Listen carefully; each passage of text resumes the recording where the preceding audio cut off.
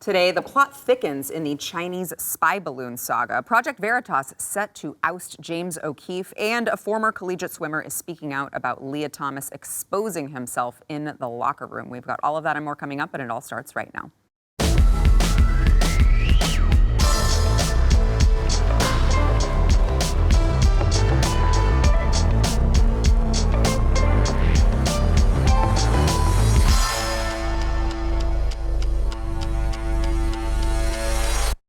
Welcome to the news and why it matters. I am Sarah Gonzalez, and I am joined today by Jason Buttrell, head writer and researcher for, some guy here. I think his name's Glenn Beck. I don't know. I don't know. I've never heard of him. Also joined by, very excited, Gavin McInnes, of course, comedian extraordinaire. Exactly. Yep. I was going to say that. Oh, I had more. You have like many titles.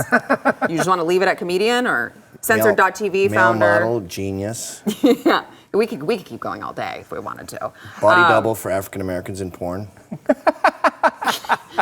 Also joined by John Doyle, BlazeTV contributor and host of Heck Off Commie, who wore a button-up shirt for me, so thank you. It was for Gavin. I was going to say, we're making it work for Gavin, I don't know. My titles are far less diverse and interesting. So I want to get to, well, first of all, I don't know if this is ever going to stay on YouTube whenever we have Gavin around, so you may need to go to BlazeTV to go watch this. We don't know. I might get canceled today. I don't know. I don't really care because we're gonna have a good time anyway. So Alex isn't canceled yet. We'll see. Like the day is young. So Congress today voted 419-0 to condemn the Chinese Communist Party's use of a spy balloon over our country, which I always think is just so funny. Like they're voting to condemn something. It just seems like such a wuss thing to do. It really kind of means nothing, but they're going to vote and say that they were bipartisan about condemning. So we know now that the Chinese balloon that flew over the United States for 8 days included multiple antennas capable of collecting intelligence, and they were operating with electronic surveillance technology capable of monitoring our communications while also transmitting it back to China in real time. And it was able to collect data from cell phones. So we had these U-2 spy planes, right, Jason? I'm going to let Jason tell me if I'm off anywhere. He's already like chomping at the bit, ready to go. We had these U-2 spy planes that were flying over the top of the balloon that was trying to collect data from the balloon. The Biden administration said that the spy plane learned that the balloon was able to eavesdrop, and it did have the signal intelligence capability to send back to China. And yet we just let it keep going, even though it sounds to me like they were hiding this information from us last week, that they knew the whole time that this was collecting and sending information in real time, and just kind of waited and waited and waited and waited. Do I have that wrong? No, you got it right. I think the whole thing is just kind of really hilarious, actually, because, I don't really understand what the Chinese thought they were getting out of this, right? I mean, that they have mastered the capability of hot air balloons, something that, was invented, I think, in like the 1700s, right, pretty much. I don't believe for a second any narrative from the government on this. This after the fact information now that, oh no, they had these like, very intricate systems where they're monitoring, cell signals. Somewhere right now, there is a nerd, nerdier than me, and he's sitting in a basement in the NSA. And right now he's thinking, how should I spend my time? Should I spend my time listening to a terrorist in the Middle East? Or should I spend the time confirming my suspicions that my girlfriend's cheating on me and listening to her cell phone? He has the capability to do both. So do the Chinese. They don't need a freaking hot air balloon the size of two buses to hover over the United States to do that. So this has nothing to do with collecting signals intelligence. Nothing at all. I think this is something completely different. I don't think the government's even going to say what it is. Surprise, surprise. Ooh, what do you think it is? Probably gauging reaction. That would be my biggest. A showing of force to see what we would do. Right. Yeah. If we employ this, how long does it take an F-22 fighter jet to intercept it over this area? When will they get involved? This should have been intercepted once they got to our air defense identification zone, way off the coast. But they didn't do it. So that tells you one thing. Either that tells the Chinese either A, they just didn't care and didn't think it was a threat, or B, NORAD sucks and something needs to be looked into NORAD. But the military won't tell you either. Right. So. Or, we're just weak as hell with Joe Biden at the helm of things, and China can basically do whatever they want to us and let us be their little bitch. Yeah. That was the purpose of it, to make us look like a bitch. Yeah. I don't know if you've seen a lot of kung fu movies, but in the Wong Fei Hung series, we learned that in China, face is very important. And this is us losing face on a global scale right before they fight us. And that's good for a number of reasons. One, it's big in their culture to humiliate someone and make them have shame. But it's also a good, as you say, it's a good test. And if they invade Taiwan, which they should, this is a perfect time. Yeah. We're at our weakest. Yeah. Then it's good to know that I can slap my opponent around like a little bitch, and that he's weak. So this was a good, in boxing when sometimes it's called measuring, when they use the jab to feel out where his head is so they can do a good punch. This was a measuring move, and we failed. Did you notice their excuse? They said it was a weather balloon at first. Right. Which was it's the same thing that we said about the spy plane over the Soviet Union. But Japan has used poison in balloons for many times, and China's used them on their own people. So a balloon is a deadly weapon of war. Yep. And I don't understand why, we should have shot it over Russia. Those people aren't even human. It doesn't matter if it's got chemicals there. They probably say thank you, whatever that is in Russian, as the chemicals rain down on their starving heads. Yeah, the whole idea of the balloon, I mean, that sounds like something you would read in a Tom Clancy novel, like with yellowed pages you find at your uncle's hunting lodge or something. The idea that the Chinese are still over there with sticks and stones and we need to send over a weather balloon. These people are far more advanced, I think, relative to us in terms of their military development over the last decade or so. And I think it's true, it was just meant to humiliate us, but that's not a thing that Americans recognize anymore as a legitimate thing because we are so unserious already. We'll just be like, oh, well, at least we have gay people kissing on TV. You guys don't have that. And then China's like, yeah, we know. We don't want that. That's why we banned it. So we make ourselves look very unserious already, which is why, to his point, the idea that China's going to find a piece of information that can help them destroy our country faster than our own leadership can is just completely beyond the scope. So I want to, just while we're on the topic of foreign relations, yesterday we talked about the Nord Stream pipeline and about how there was a report that had come out. I don't know if you guys saw it. That I know you saw it, but it was basically what many of us thought, which was the United States were the ones who sent these divers down to later go and detonate and blow up the Nord Stream pipeline. Jason, I know when the report came out, it was a little iffy on, okay, well, there are all these anonymous sources, and it's okay, we're not sure if this is legit. Not all these. It was one source. Okay. Within the kind of goes into it. Within the CIA, right? He didn't say. Okay. So do we have any further information on whether or not that's true? No, and you're never going to find out because whatever evidence there was blew up at the bottom of the ocean. So I highly doubt they ever find out. I don't know how to take this. I really don't. Seymour Hersh is the author. He won a Pulitzer in 1970, I think. He was legit, but I think he got kind of a little bit further and further out there, as he must time be went pretty by. old by now. Yeah, I think he was in the 80s, I think something like that. But what do you mean by further and further out there? Because at this point, I am of the opinion that I've been called a conspiracy theorist for the last 3 years, and I've been right about everything. So what do you mean by that exactly? He's been criticized for exactly what he did with this article, which is using single unnamed sources, anonymous sources. He said he did something about Osama bin Laden, questioning if he actually had any culpability in 9/11. Something else about whether the Syrians used nerve agent on their people or something. It was several things, but he would always link back to a single source. I'm not saying he's wrong. The weird thing about this is several weeks ago or several months ago, I would say there's no way in hell we would have anything to do with this. They just wouldn't risk that kind of escalation. Now, the moment my brain goes there, I take a step back and go, I don't know anymore from this administration. They want this cult of Great Reset, climate change so badly. I could actually see them saying F it and just doing it at this point. I don't know.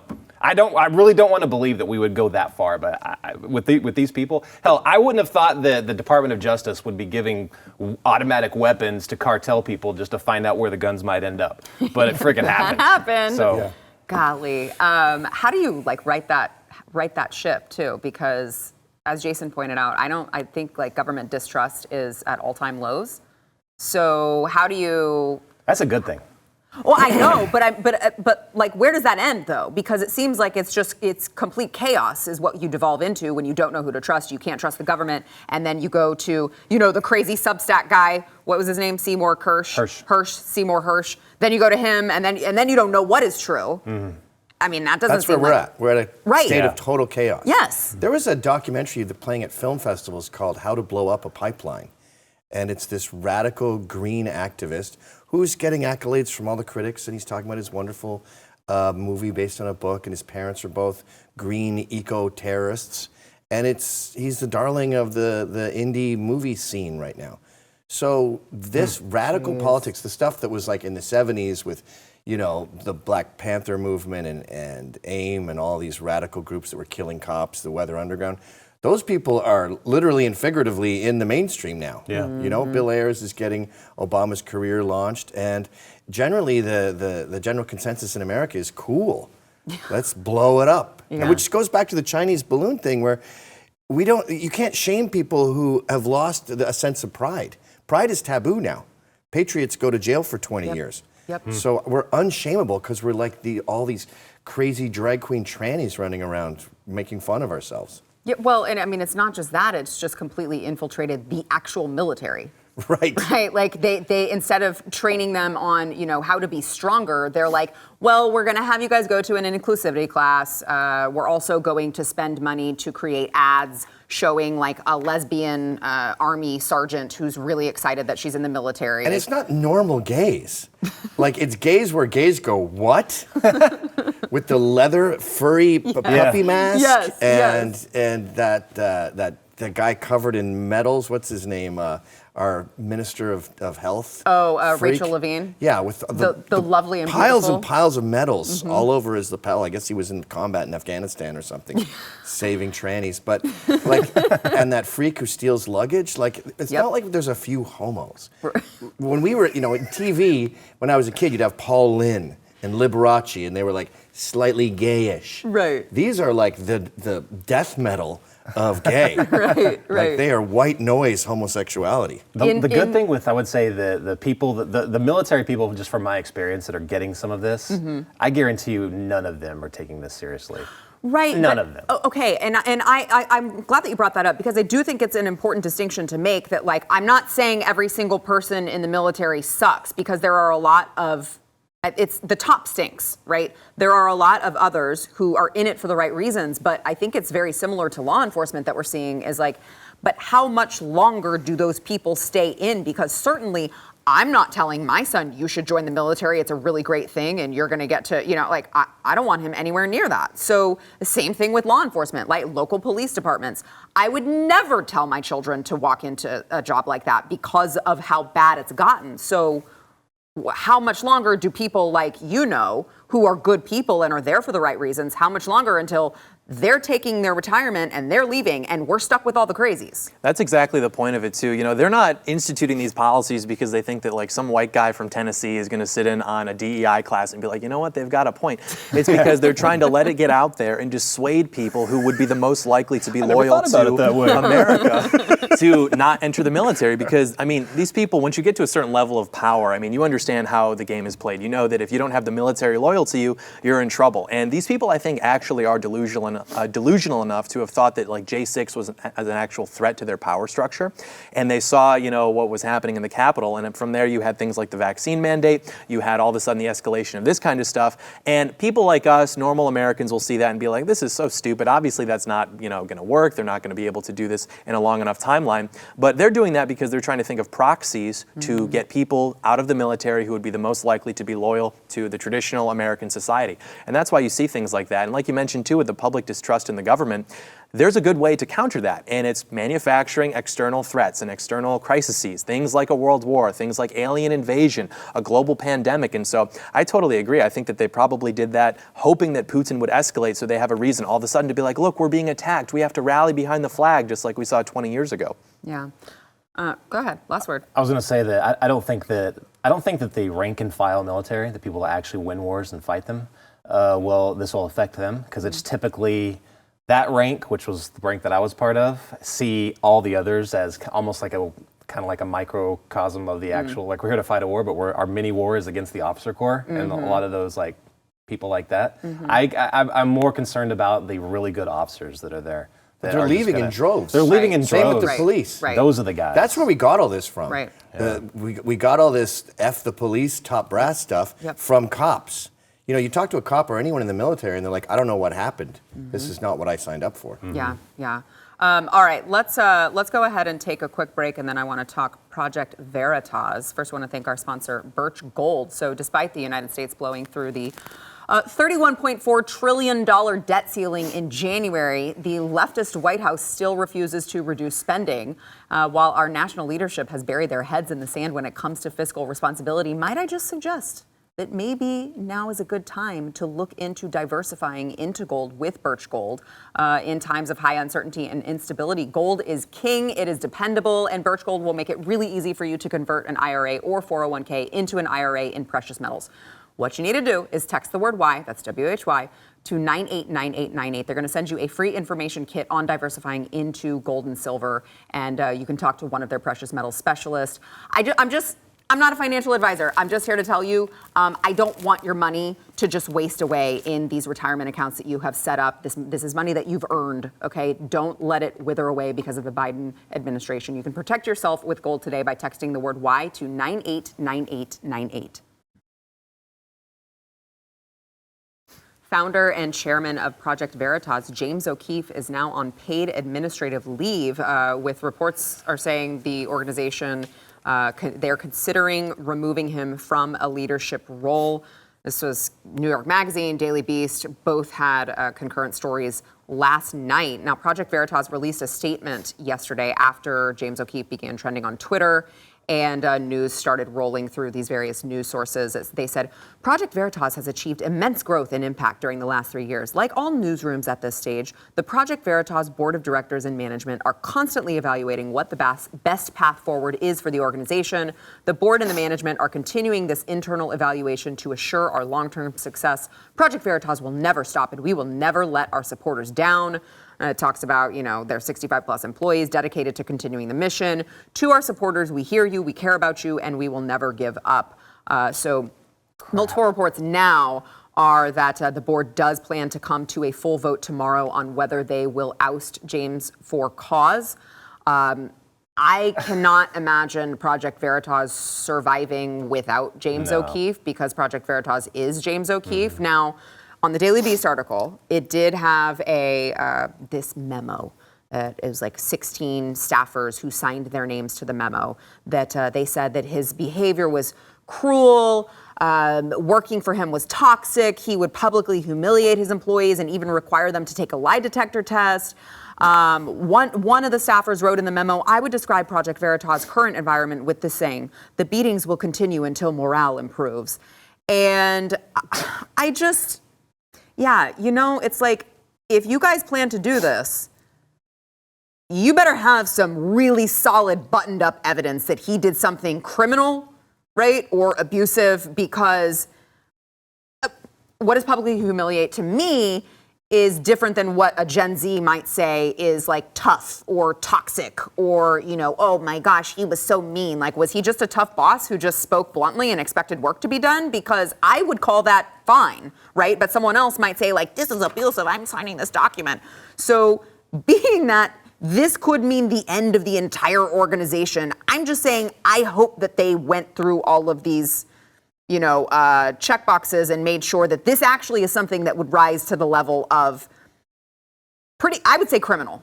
That's what I would say. Yeah. What do you guys think? Well, I think it's interesting that they say it had immense growth over the past few years. Because Why of do you him. think? I know. And the board rode his coattails all the way through it. Yeah. And this is like, okay, look, everyone knows that O'Keefe is a big douche canoe. All right, everyone knows, but that is exactly who you want in a guerrilla news organization. Right. Yeah, I like James. Yeah, exactly, Right. exactly. And if you work there, I would think you agree with the cause. You'd be all about it. And like you were saying, like I was in the military, I was in the Marine Corps. Like I want people to be mean to me. It motivates me. I don't give a crap. Right. And plus, I believe in the cause. Right. If you don't believe in the cause, just get the F out of there.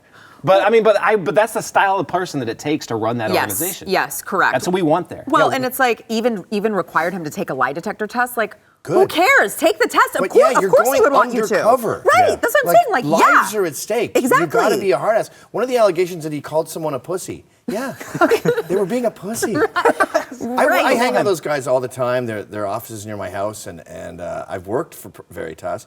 We did this one with what's her name, Letourneau, I spent days working on our campaign trying to find something wrong. Nothing was wrong. But there was millennials and Really? Zoomers there who were incredibly incompetent. One big fat tub of crap had his camera, like the cameras are buttons on your shirt, and he had a T-shirt with a button on it, and I could see the cord. And I'm like, dude, what are you doing? Oh, no. You're giving away not just you, but the whole Everyone. operation, you fool. He's like, it's hard to find it. He had a high-pitched voice. It's hard to find a dress shirt in this size. I was like, you're a loser. So you got to be a hard ass. And one thing I will say about James is, you get his employees drunk late at night. You Project Veritas.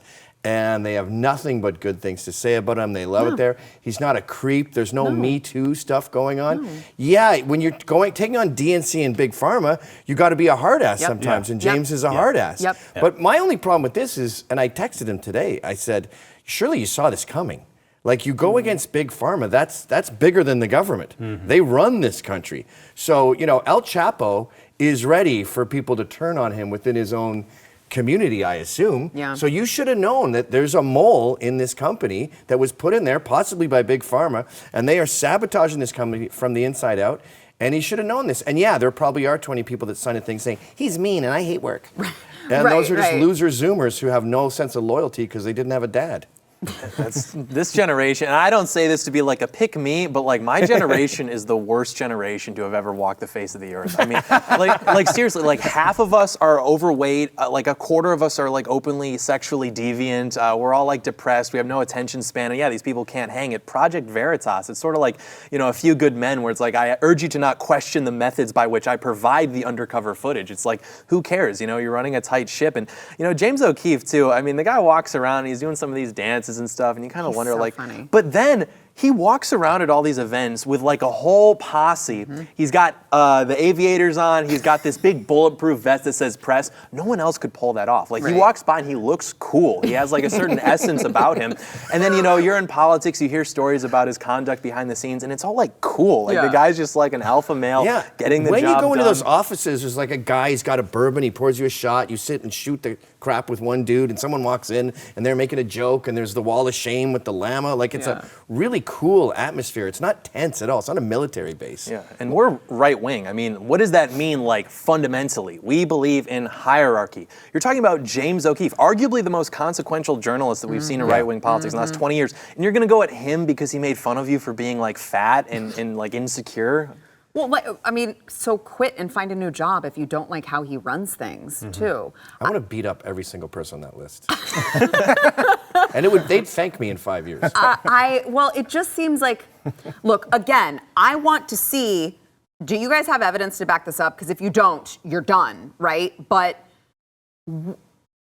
he could just go create a new thing. And that, like, how would the board members, again, unless there's something huge and explosive, how would the board members think, like, oh, we'll be fine without him. We'll do fine.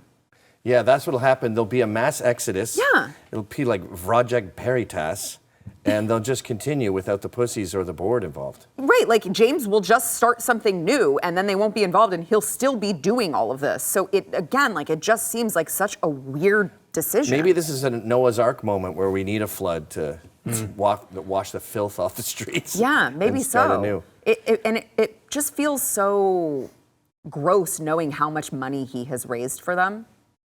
I mean, I was looking at the numbers, like, I want to say, last year it was 22 million or something. It had doubled from the year before that, based off of his work entirely. He's so fundamental to that organization. I know. Through that, or actually not just to the success. Organization, to the entire movement. That's what I'm saying. Like, this is a blow to the whole movement, not just to PV. That's why I just feel like he's got more leverage than the board does. Yeah. Here. I mean, they can't be that dumb to think that, we can do this on our own. Well, if there's a mole on the board, it's not dumb. It's sabotage. Right. It's a plan. Right. Well, but then what is step 2 of the plan? They hope he doesn't reform and get a mass exodus. But it better not be to keep going. It'll be like, remember when Motley Crue replaced Vince Neil? No, you don't. No. Because they sucked and no one listened to them. And they got him back. Let's go ahead and take a quick break, and then I want to talk. Disney is having a little bit of a problem. We'll get into that after the break.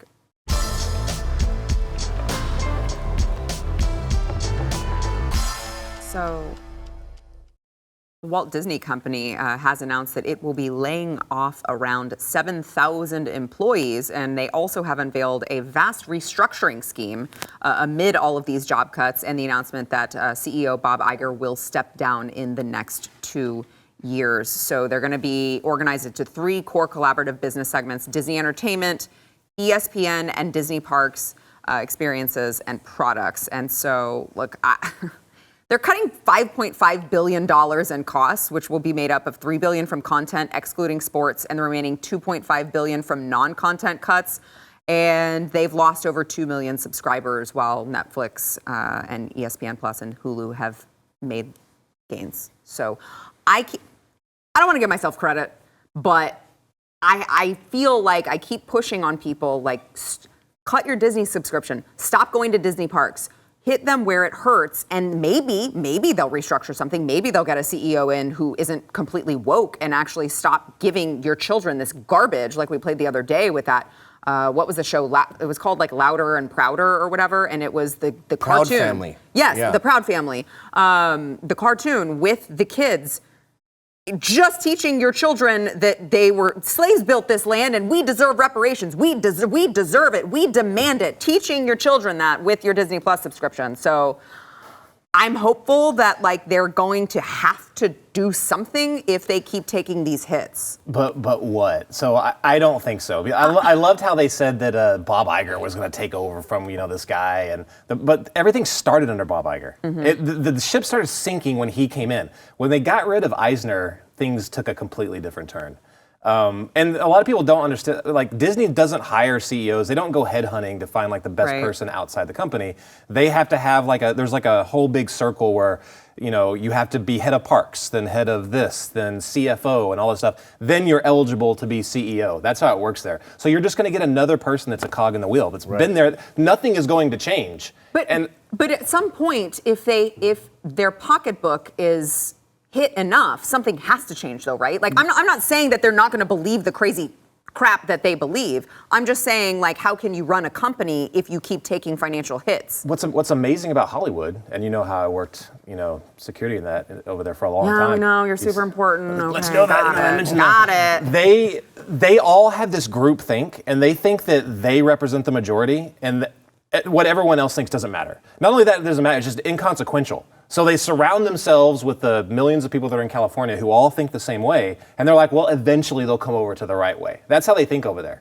It's literally there's an iron curtain right there at the border, and nothing else matters. I really don't think But it'll surely change. the bottom line has to matter. That's at what some I'm saying. point. Yeah. I don't know. I think so. Well, John was talking about the military saying they're purposely getting these freaks in order to have non-loyal soldiers. So it could be a grand plan. But I'm inclined to think that there's no head of the snake here, and it's just wokeism is a virus, and it comes and someone's at Disney like, I want to do like a gay reparations cartoon. And they're super loud, and everyone else is sort of like, okay, I'll start drawing that. And the squeakiest wheel gets the grease. So these psychotic radical lefties have taken over Disney, not because of some grand plan, but because that's how viruses work. And they just take over all the cells until they've given the body stage 4 wokeness. And maybe Disney has got to a point now where chemotherapy can't save the day, and it's just woke crap. Yeah, Man, I have a hard time believing, especially with the economy the way that it is. I don't know if you've looked at how much going to the actual Disney parks cost right now, but they keep raising their rates. They're charging it's insanely expensive. Yeah, and they keep adding on fees for different things, right, that they didn't charge for before. It's like how the airlines did a while back, where they're like, we're charging you an extra $25 to breathe. So with the economy the way that it is, people are not going to be able to afford it anyway. Plus, you throw in there that I'm like, we're taking our family to Universal in the fall, right? Because we're like, we're not going to Disney. I have to imagine there are some people who are going to do that as well, not just because of all the wokeism, but also because of the cost. I wish that were the case. I don't think that's going to happen. Why? Because I don't think that the pendulum exists. I think that's something we tell ourselves to be comfortable. Really? I think it's more of a ratchet. I think they just keep clamping down on us. Because think about it, 30 years ago, two men kissing on television was like unthinkable. And now it's a situation where they just keep doing it and it crystallizes within the consciousness of the masses. And maybe it doesn't work with, the Buzz Lightyear film, maybe it doesn't work with this, but it's just gonna keep going and going. And I actually looked into the article because I resent things like this because that's what it does to the right. It's like, oh, we're winning. No, we're not. You read the article and it turns out they're not like losing money because they're going woke. There's a paragraph at the end of it like just, pontificating like this could be a reason. They're losing money because there was some like licensing thing in India that didn't go well for them and so they missed out on revenue and they did lose subscriptions in terms of like relative terms, but absolutely they're still up quarter over quarter and it does make sense. I mean, they didn't have the licensing thing and then, there are emerging competitors with like Netflix, HBO, all these other streaming services. So that does make sense. But if Americans really like hated woke stuff enough to actually vote with their dollar, the NFL wouldn't still be getting like record-breaking numbers in terms of their ratings. They have Black Lives Matter in the end zone. People are still kneeling on occasion. Like, this is a huge thing. So Americans are just too comfortable, I think, to respond to it. And it's possible they don't care about the bottom line. Like, Kanye said, I didn't know this, but Nike is like 700 on the Forbes, successful corporations list. And they are really just this is his theory, they're really just a media platform to push wokeism. And they don't care. Yeah. If they're profitable. So maybe Disney could just drive till the wheels fall off. Yeah. Well, just to kind of add to this conversation, Governor DeSantis, did sign a bill to dissolve Disney's independent special district. And this bill is closing the tax loopholes that Disney has, I know we've talked about it on the program before, taken advantage of for many years. So they're going to be forced to pay their fair share of taxes moving forward too, which hasn't applied to them for all of these decades. I love it. DeSantis is such the Nancy Pelosi for us, it seems like. I love it. He's the guy that's going to play dirty. Or he's not going to play dirty. He's just going to respond in kind. You know what I mean? And actually do something. I'm so sick of there was Kevin McCarthy was asking him, hey, are you going to stand back there and rip apart the State of the Union speech? And he was like, oh, we're going to take the high road. I was like, I'm screw so off. like the sick high of road hearing anymore. that. No, stop. Give it back to them tenfold. That's I even like that embarrassing. Santos dude. Yeah, we got a liar now. Lie it up. That's what Break you guys some have been stuff. doing. Yeah. Golly. Okay, so that's so frustrating because it's like you're not playing by the same rules. So you can't win the game if the other side is like, we're not playing by rules. Yeah, we'll I do want whatever we our want. 2,000 mules. Right. Where are our guys in the middle of the night with the latex gloves, Right. surgical gloves? Dealing with bullies has never worked the way that the GOP is playing this. Right. Like, if you turn your other cheek, they're going to hit the other cheek, knock you down, and stomp on your body. That's what they're going to do. And this never works. Well, while we go down with our children being trans and they're having their breasts chopped off and they're having their genitals mutilated, we can all feel good and sleep well knowing that we had the moral superiority, John. Yeah, we're going to be up against a wall and the communists are going to be in power and we're just going to be like, can you imagine if the roles were reversed and then your brain just explodes all over the wall? But that's like you at the Drag Queen Story Hour. You don't have to beat up anyone or break the law. We're not up against worthy adversaries here. You just go to Drag Queen Story Hour and say, this isn't happening. And they immediately shut it down. You haven't said the F word. You haven't threatened kids or anything. Just exist and say no. Or even that trans surgery that was at the hospital that Libs of TikTok exposed. All we did was say, hey, we don't like that you do that. It's not being done anymore. Right. And they ended up getting the law changed. This wasn't rioting in the streets. This wasn't BLM Molotov cocktails. This was just trying a little bit. Yeah, we were discussing this earlier too before the program. I received pushback, and I know you have as well, from people on our side like, well, why didn't you go up and try to debate these moms on why they shouldn't take their child or in there? pray. And I was like, no, at a certain point, I mean, this single mother is taking her son here for a malicious purpose or a purpose that is so ignorant she's not going to be receptive to me, who she classifies as her enemy. I mean, the essence of politics is we have friends and we have enemies, and you're not going to debate these people. You have to humiliate them, They want you to get die. the footage, Yes, exactly. spread it around like they would. I mean, even in New Jersey, in the last week, you've seen 2 elected Republican officials be killed. Yeah. Yeah. Like, this is what these people want to happen. That's why they turn the other cheek at Antifa. It's not because they're hypocrites. It's because they're doing the work that AOC and all these other, maybe more normal Democrat types want to be done, but they can't have the blood on their hands. Yeah. What did you yell at them about the axe wound? I asked why she wanted to put an axe wound between her son's legs. I know. What a great line. I know, it was so good. Which is, it never heals. They have to do this thing called dilating, where like hours Multiple a day, times a day. they have to prevent the wound from healing. And the body is like, I know that, the brain is feeling a certain way, but I need to fix this, otherwise it's going to get infected and you're going to die. But they just, I find it tastes disgusting. Like, it doesn't taste like a in real your, one. in your experience. No matter how long you're down there for. It's got like a lemony, tangy tartness to it. That might be just me. No, it's worse than that. Because Oh, you've tried it too? No, they use like tissue from. This is what I read, that they use tissue from the anus, and so everything smells like poop. I heard it smells like rotting skin because the hairs get pushed back and then they rot back there. It's also incapable of self-lubrication. And so they have to, but I'm sure that you've enjoyed these people going on TikTok and Twitter bragging about what they describe as designer coochie as something better than like what God or nature created naturally. They think it's been better because it's been like engineered by surgeons. Yeah, no, I'll take my own natural one any day of the week. All right, we got to take a quick break. We'll be right back.